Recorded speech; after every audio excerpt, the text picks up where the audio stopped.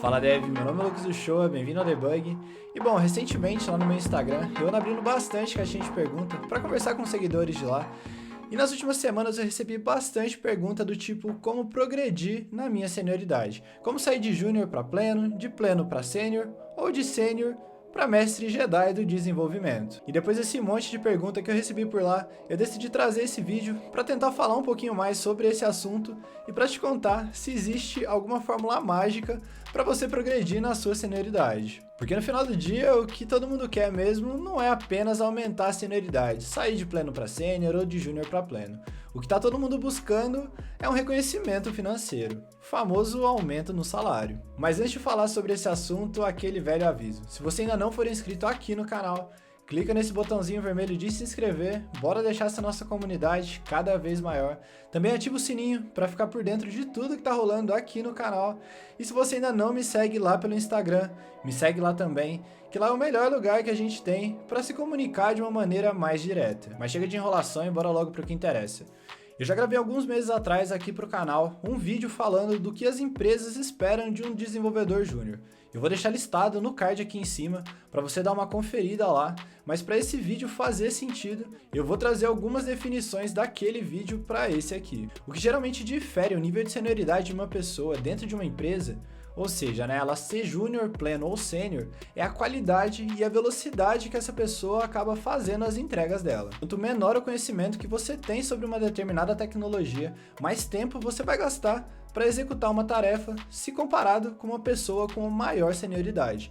E muito provavelmente, se você tem menos experiência, a sua solução talvez não seja tão boa, com tanta qualidade, igual uma pessoa com uma senioridade maior. Isso é uma coisa que pode acontecer, não é uma regra, mas é muito comum de acontecer. Uma pessoa júnior entregar algo com um tempo mais demorado e com a qualidade um pouquinho menor. E isso acontece porque muitas das vezes algum tipo de problema que o júnior ele vai pegar para resolver vai ser o primeiro problema daquele tipo que ele vai ter visto na vida. Então ele vai ter que procurar o caminho das pedras e tentar muitas vezes por vários cenários diferentes uma forma de resolver aquele problema. O que talvez não ocorra com um desenvolvedor com uma maior senioridade. Quando você tem uma maior experiência, é muito mais fácil você olhar um problema e muitas vezes pensar em algumas soluções que já fazem mais sentido. Consequentemente, conseguir entregar uma solução viável no menor tempo de desenvolvimento. E é basicamente isso que difere um desenvolvedor júnior de algum desenvolvedor com uma maior senioridade, mas vamos voltar para o tema desse vídeo. Quando a gente está falando de um dev que está nessa mudança de faixa de dev júnior para dev pleno ou de dev pleno para dev sênior, a gente está falando, por exemplo, se for de um dev júnior muito bom, que ele está executando quase igual a um desenvolvedor pleno, mas está faltando alguma coisinha. Ou de um desenvolvedor pleno que está rendendo o mesmo tanto que um desenvolvedor sênior, mas também está faltando alguma coisinha. E é aí, nessa alguma coisinha, que mora o grande problema. Não existe uma fórmula mágica ou um manual com definições bem claras que fala que a partir de um determinado ponto você não é mais um dev júnior e passa a ser um dev pleno, ou a partir de um outro ponto você não é mais um dev pleno e passa a ser um dev sênior. Até existe em algumas empresas uma matriz de habilidade que coloca nela algumas responsabilidades que os devs deveriam ter para tentar tirar um pouco dessa abstração do que é ser cada tipo de dev dentro de um determinado cenário. Mas no final das contas, tudo depende. Depende da empresa que você tá, depende dos seus gestores, depende do seu nível de conhecimento. Depende. Cada lugar vai ter uma definição diferente dessa separação. Mas uma coisa eu posso te garantir: a sua senioridade vai sim estar atrelada a uma coisa, ao quanto de valor você está gerando para aquela empresa. Bom, vamos aos exemplos e aqui eu vou usar a própria Hotmart como exemplo. No app que eu trabalho atualmente, existe um player e esse player ele serve para tocar vídeo, tipo o player do YouTube. Porém é uma solução feita dentro da Hotmart, uma solução in-house, criada pelos devs Android. E digamos que lá no início do projeto, eles tivessem uma vaga para contratar uma pessoa para trabalhar na criação desse player. E essa vaga fosse uma vaga para desenvolvedor sênior. E digamos também que chegassem 2 currículos para eles analisarem.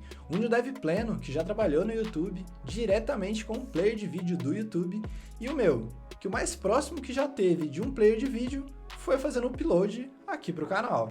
Mesmo essa vaga aberta sendo para um sênior, muito provavelmente esse dev pleno, que já trabalhou no YouTube, iria conseguir essa vaga. E talvez esse dev pleno ele fosse diretamente contratado como desenvolvedor sênior, já que ele já tem uma vivência e uma familiaridade muito grande com o player.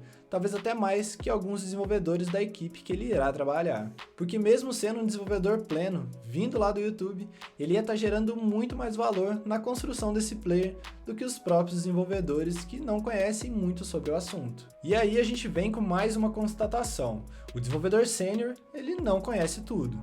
E quando a gente fala de tecnologia, é praticamente impossível você conseguir ser bom em absolutamente tudo. Provavelmente você vai ser muito bom em alguma coisa e em outras você vai só conhecer, ter um conhecimento superficial sobre algum determinado assunto, saber falar sobre aquilo, mas não ter um conhecimento muito aprofundado. Mas aí também tem aquelas pessoas que falam que estudam muito, estão aprendendo coisas novas o tempo inteiro, têm conhecimento de sobra, mas também não conseguem o reconhecimento que elas acham que merece. E aqui novamente aquela verdade chata de ouvir. Não adianta você ter um conhecimento absurdo, sendo que você não está aplicando e não está gerando valor com esse seu conhecimento. A sua senioridade ou o seu salário, eles não estão diretamente relacionados à quantidade de conhecimento que você tem, mas sim a quantidade de valor que você gera para o lugar que você trabalha. Não adianta você acumular conhecimento e não usar esse conhecimento em nada no seu dia a dia de trabalho. Isso e nada é a mesma coisa. Mas aí também tem aquele grupo de pessoas que falam o seguinte: foda-se a minha senioridade, o que eu quero mesmo é mais dinheiro no final do mês. Eu não me importo em ser sênior, mas eu quero ser sênior para poder ganhar mais.